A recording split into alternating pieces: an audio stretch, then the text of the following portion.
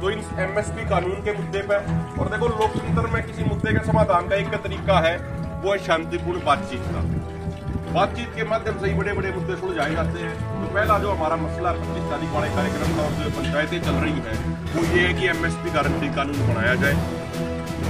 दूसरा जो मसला है, जो अभी भारत और अमेरिका के बीच में एक प्रस्तावित व्यापार समझौते को लेकर जो चर्चाएं चल रही थी पिछले कुछ महीने से, जो अभी थोड़ी सी हल्की सी ठंडी पड़ती दिखाई दे रही है, हमारा उसमें ये कहना है कि भारत के डेयरी, पोल्ट्री, एग्रीकल्चर और फिशरी सेक्टर में अमेरिका के प्रोडक्ट्स को आने की अनुमति नहीं दी जानी चाहिए, क्योंकि अमेरिका के किसान की आमदनी सब्सिडी से होती है, भारत के किसान की आमदनी अपनी फसल बेचने से होती है।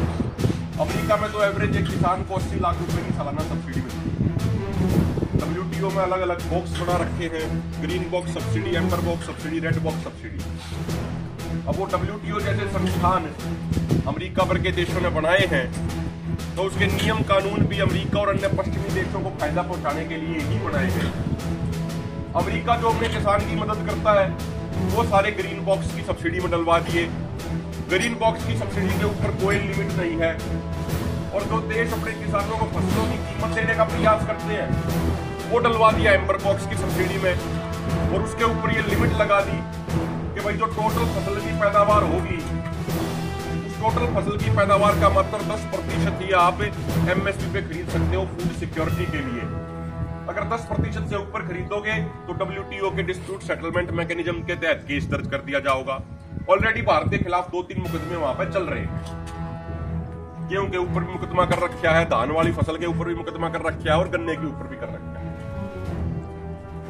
तो दूसरा जो हमारा मुद्दा है वो ये है कि भाई जो कोई भी प्रस्तावित व्यापार समझौता हो उसमें भारत का एग्रीकल्चर, डेयरी, पोल्ट्री और फिशरी सेक्टर शामिल नहीं किया जाना चाहिए। और तीसरा मुद्दा ये है कि जो अपना अभी आंदोलन चला, उस आंदोलन के दौरान किसानों पर बहुत सारे झूठे मुकदमे जो दर्ज करे गए हैं वो सारे झूठे मुकदमे वापस लिए जाए। तो मेरी आप सबसे हाथ जोड़ के एक प्रार्थना है, आदरणीय जगजीत सिंह डल्लेवाल जी कोई अपनी पर्सनल लड़ाई नहीं लड़ रहे, कोई अपने स्वार्थ की लड़ाई नहीं लड़ रहे। ऐसा नहीं है कि कोई एमएसपी कानून बन गया तो इनको कोई फसल के दुगने तिगने चुगने रेट मिल जाएंगे, ऐसा कुछ नहीं होना। अगर एमएसपी कानून बनने का फायदा होगा तो आप सबको, हम सबको होगा। अगर भारत अमेरिका के बीच व्यापार समझौते में खेती, डेयरी, पोल्ट्री और फिशरी सेक्टर को बाहर रखा जाएगा तो फायदा हम सब न होगा। अकेले डल्लेवाल जी ने या इंद्रजीत सिंह पन्नीवाला जी ने नहीं होगा, अकेले महावीर सारण जी ने नहीं होगा, तो फायदा होगा सबका होगा। इसलिए जिम्मेदारी भी ये सबकी बनती है कि हम सब मिलजुल कर उस लड़ाई को लड़े। देखो कहावत भी है बहुत पुरानी कि अकेला चना बाढ़ नहीं फोड़ता, लेकिन हम सब मिल जाएंगे तो हमारी ताकत बहुत ज्यादा बन जाएगी। तो आप सबसे इतनी प्रार्थना है कि जो आपके स्थानीय स्तर पर भाई इंद्रजीत सिंह पन्नीवाला जी और जो उनके साथी जितने भी मेहनत कर रहे हैं, अपने घर का काम धंधा छोड़ के, अपना समय निकाल के, अपना पैसा लगा के, तो उन तमाम साथियों का आप सहयोग करने का काम करा कीजिए। और आने वाली 25 तारीख को, 25 अगस्त को एक दिन का कार्यक्रम है। शाम को आप 24 की शाम को ट्रेन में यहाँ से बैठोगे, 25 की सुबह पहुंच जाओगे, 25 की शाम में आप बैठ जाए वापस आ जाओगे। तो आपसे हाथ जोड़ के प्रार्थना है, जो ये फसल को, नस्ल को बचाने की लड़ाई है, इस लड़ाई को मजबूती से लड़ो। देखो आदमी बेवजह डरता रहता है, आदमी सोचता है बोला ये हो गया तो क्या होगा, अगर ऐसा हो गया तो क्या होगा।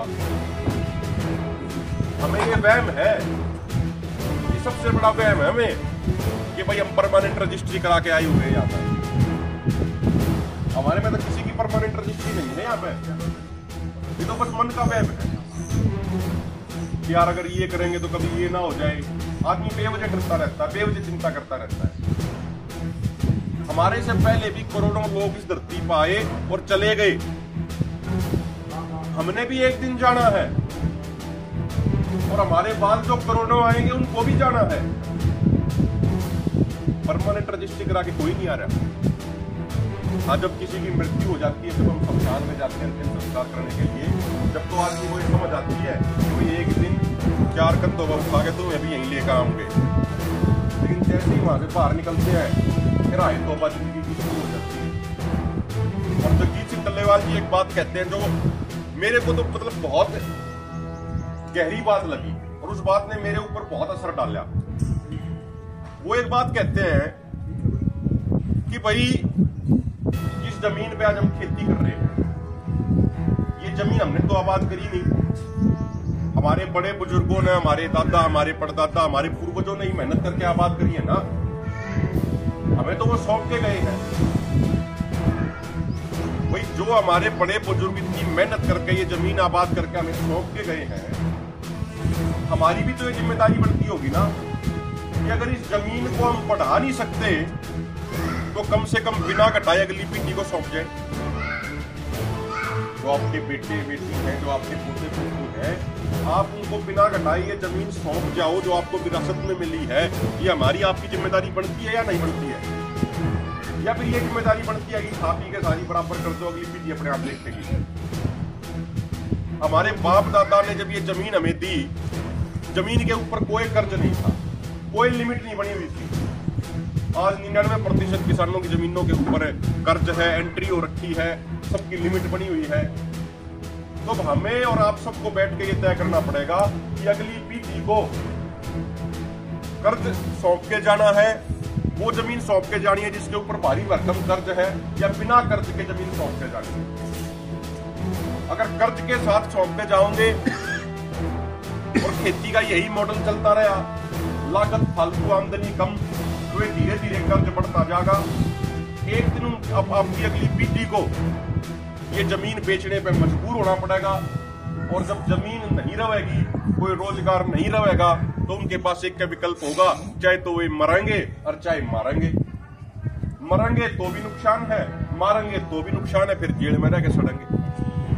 तो हमारी और आप सबकी जिम्मेदारी बनती है कि इस लड़ाई को मजबूती से लड़ें। और देखो, ये उस परमात्मा का, उस वाहिगुरु का ही आशीर्वाद है कि आदरणीय जगजीत सिंह डल्लेवाल जी जैसे ईमानदार, निस्वार्थ भाव से काम करने वाले मेहनती और निर्भीक लीडर हमें मिले हैं। हमें इनके नेतृत्व में इस लड़ाई को जीत तक जरूर पहुंचाना चाहिए। ये मौका हमें चूकना नहीं चाहिए।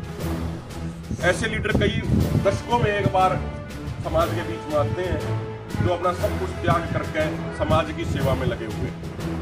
मैं कई बार उनसे चर्चा करता हूं कि प्रधान जी थोड़ा रेस्ट भी कर लिया करो, तो हमेशा एक बात कहते हैं कि भाई जिंदगी का कुछ पता नहीं, 2 दिन की रहेगी है, 2 महीने की रहेगी है, 2 साल की रहेगी या 2 मिनट की रहेगी। तो जितनी भी जिंदगी बची है, ये अधिक से अधिक सेवा में लग जाओ है। अब तो जिंदगी का एकमात्र एजेंडा यही। तो इसीलिए ये पूरे देश भर में भ्रमण करते रहते हैं किसानों को जागरूक करने। देखो, मैं आपको इनका थोड़ा शेड्यूल बता दूं। 10 तारीख को ये सुबह अमृतसर से चले 5 बजे, परसों। उससे पहले 9 तारीख को अमृतसर में मीटिंग करा रहे थे। 10 तारीख को सुबह अमृतसर से 5 बजे चले और 12 बजे हमारे पास पहुंचे पानीपत के इसराना, हरियाणा। वहां पंचायत अटेंड करी 4-5 घंटे। 1-2 जगह जाना था, वहां जाकर आए, गुरु घर में मत्था टेक के आए। उसके बाद वहां से 350 किलोमीटर दूर फिर चल पड़े। रात को 1:30 बजे पहुंचे गंगानगर। 2-2:30 बजे सोए। 6 बजे सुबह उठकर फिर किसान भाई आ गए थे, उनसे बातचीत करने लगे। कल पूरा दिन गंगानगर में एक बहुत बढ़िया कार्यक्रम आयोजित हुआ। कल पूरा दिन उस कार्यक्रम में लगा। फिर वहां से फ्री हुए लगभग 7-7:30 बजे। फिर वो घटना आ गई, वो जानकारी आ गई कि पंजाब सरकार ने किसानों के दबाव में लैंड पूलिंग पॉलिसी वापस ली। उसके बाद 1.5 घंटा 2 घंटा पत्रकार भाइयों के फोन आते रहे, उनसे चर्चा करते रहे। रात को 10-10:30 बजे यहाँ पर। और मैं धन्यवाद करना चाहता हूँ इस पूरे परिवार का, जिसने हम ये नहीं सोचा कि भाई ये मेहमान आए हैं। उन्होंने हमें अपने परिवार का हिस्सा माना और परिवार का हिस्सा मान के ही मान सम्मान दे रहे हैं। इस परिवार का भी मैं विशेष तौर पे धन्यवाद करना चाहता हूँ और परमात्मा से प्रार्थना करता हूँ इस परिवार को खूब तरक्की दे। हमें यहाँ पे आके ऐसा महसूस हुआ कि हम बाहर नहीं, हम अपने घर में ही आए। तो देखो, अब सुबह तक फिर शुरू हो गए हैं और शाम तक यही कार्यक्रम चलते रहेंगे। तो आपसे इतनी प्रार्थना, आपसे इतना निवेदन है, साथ साथ देंगे तो लड़ाई मजबूती से लड़ी जा सकती है। अदरवाइज एक करके पिटना सब है जी, नंबर सब करना है। किसी का 2 महीने बाद आ जाएगा, किसी का 2 साल बाद आ जाएगा, किसी का 10 साल बाद आ जाएगा, नंबर सब का होगा। ये मत सोचना कि भाई हम बच जाएंगे हमारा नंबर नहीं आएगा, नंबर सबका है। तो आप मैं सुना, उसके लिए आप सबका बहुत बहुत धन्यवाद।